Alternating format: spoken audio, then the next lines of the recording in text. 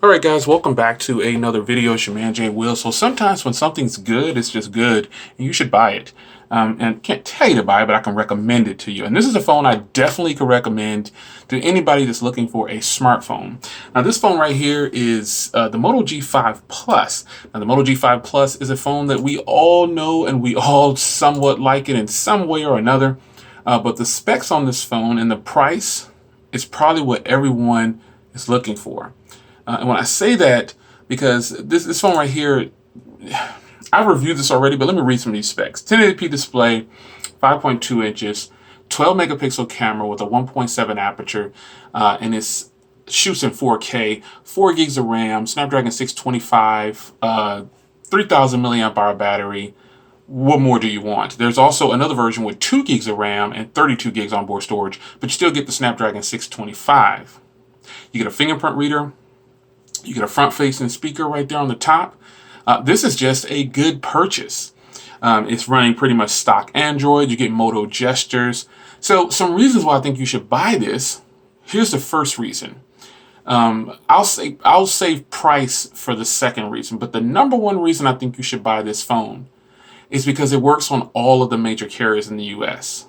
That's Verizon, Sprint, AT&T, T-Mobile, and then it works with all the other unlocked providers out there. So keep that in mind. If you're a person who's undecided on a carrier, this Moto phone is one that you should definitely consider because you can leave any carrier, start with their prepaid or whatever, or if you don't want to do their prepaid and you want to do a full service with them, I definitely can recommend this phone. I mean, besides it's a beautiful device, it works on all carriers. That's something to be recognized because a lot of phones out there don't work on all carriers. They don't work on all carriers, so you need to keep that in mind.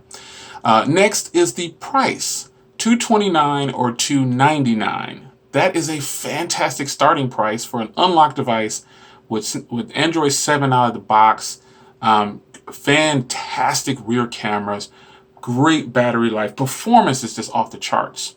Now, the design of the phone is something to be, that's completely subjective, but I personally really like this design. Some people aren't a fan of this camera hump back here. Doesn't bother me at all. Mine is still in mint condition, where it'll definitely stay in mint condition. I keep it inside of in and out of a case. Around the house, I don't keep them in cases, but this is a fantastic purchase, folks. I'll tell you some reasons why the techie side is probably going to be the reasons for not to purchase it, but more importantly, it works on every carrier.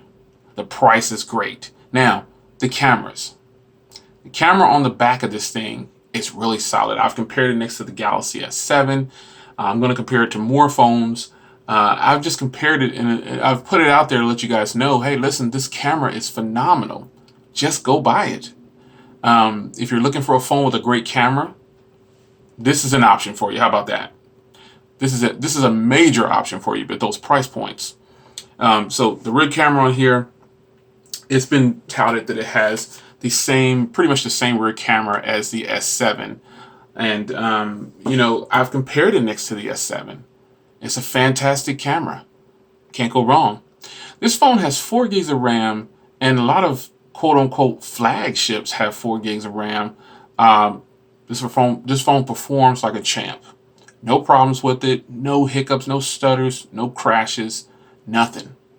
Good to go. This is the stock launcher, and as you can see, it flows right along. Now, I'm just scanning through the menu, but what I'm saying overall is the phone performs extremely well under pressure.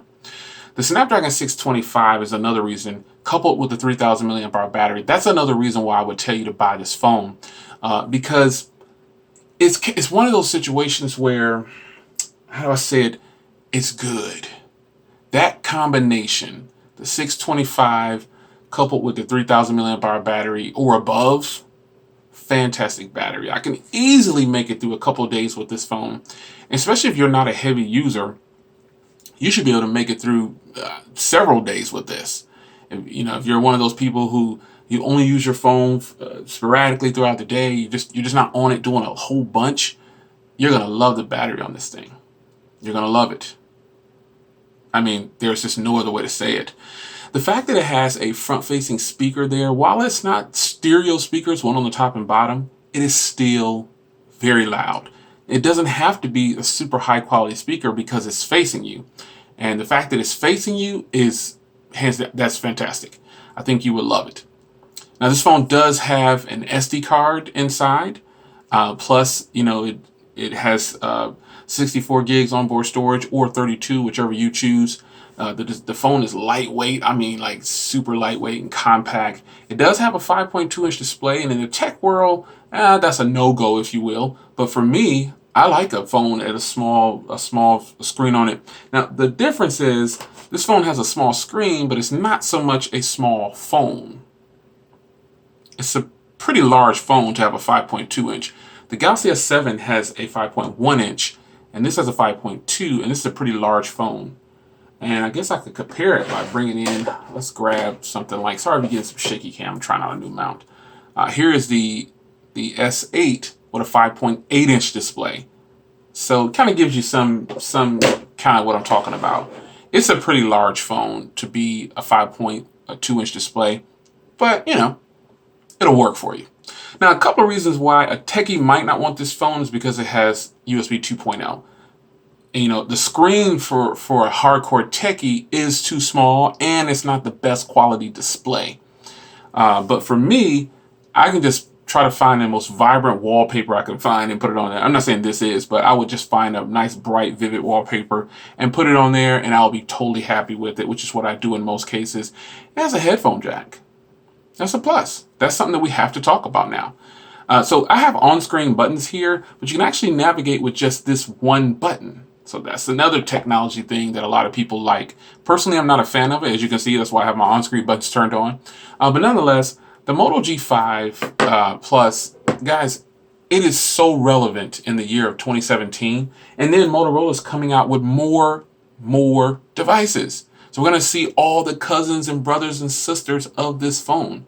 So we need to stay tuned for that. Especially you stay tuned right here on this channel, and I'll be sure to bring them to you. But it's your man, Jay Will. Just a few reasons why I feel like you should buy the Moto G5 Plus. We're in May of 2017, and I'm probably going to visit you again in another 3 to 6 months because I do use these phones. Just to see how it's playing, how it's holding up, and how it's faring against other phones that are coming out, old and new. Like a phone that I definitely think is a great competitor for it is this beautiful phone right here. This is the Xiaomi Mi Red Note 4X. I think I said that right. Review coming on that soon. Pretty much same internals as this, just about, it's just one of those things where it's just a phone that's not offered in the US, but it works over here fantastic, by the way.